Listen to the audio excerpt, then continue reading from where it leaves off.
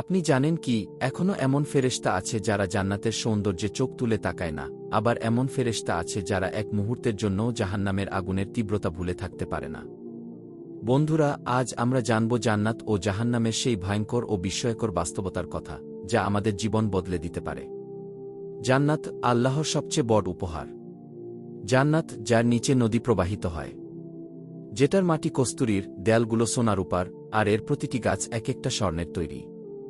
হাদিসে আসে, জান্নাতে এমন কিছু আছে যা কোনো চোখ দেখেনি, কোনো কান শোনেনি এবং কোনো মানুষের কল্পনাতেও আসেনি। বুখারী ও মুসলিম।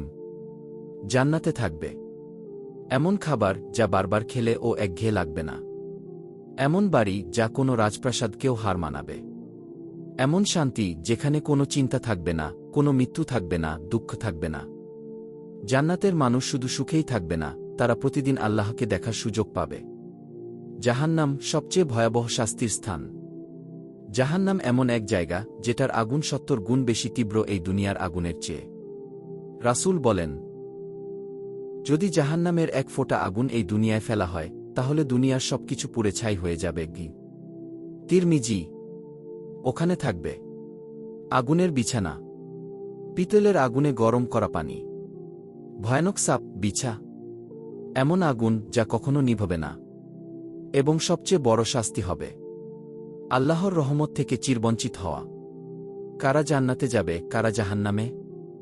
যারা আল্লাহর উপর ঈমান এনেছে, যারা নামাজ কায়েম করে, যাকাত দেয়, রোজা রাখে, অন্যের হক নষ্ট করে না, ক্ষমা চায়, ভুল থেকে ফিরে আসে, আর যারা অহংকার করে, মিথ্যা বলে, হারাম খায়, গীবত করে, ইসলামের নিয়ম মানে না, তাদের জন্য কঠিন শাস্তির ব্যবস্থা আছে।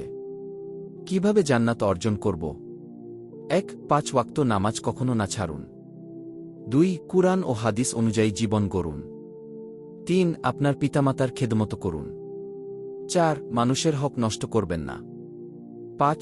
আল্লাহর ভয় অন্তরে রাখুন সব সময়। বন্ধুরা, আমাদের সামনে দুটো রাস্তা, একটা জান্নাতের, একটা জাহান্নামের।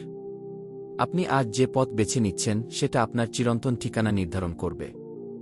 আজ থেকেই নিজেকে বদলান, নামাজ শুরু করুন, দোয়া করুন আল্লাহ যেন আমাদের জান্নাতবাসী করেন। হে আল্লাহ, আমাদেরকে দুনিয়া ও আখেরাতে ভালো রেখো এবং জাহান্নামের আগুন থেকে বাঁচাও।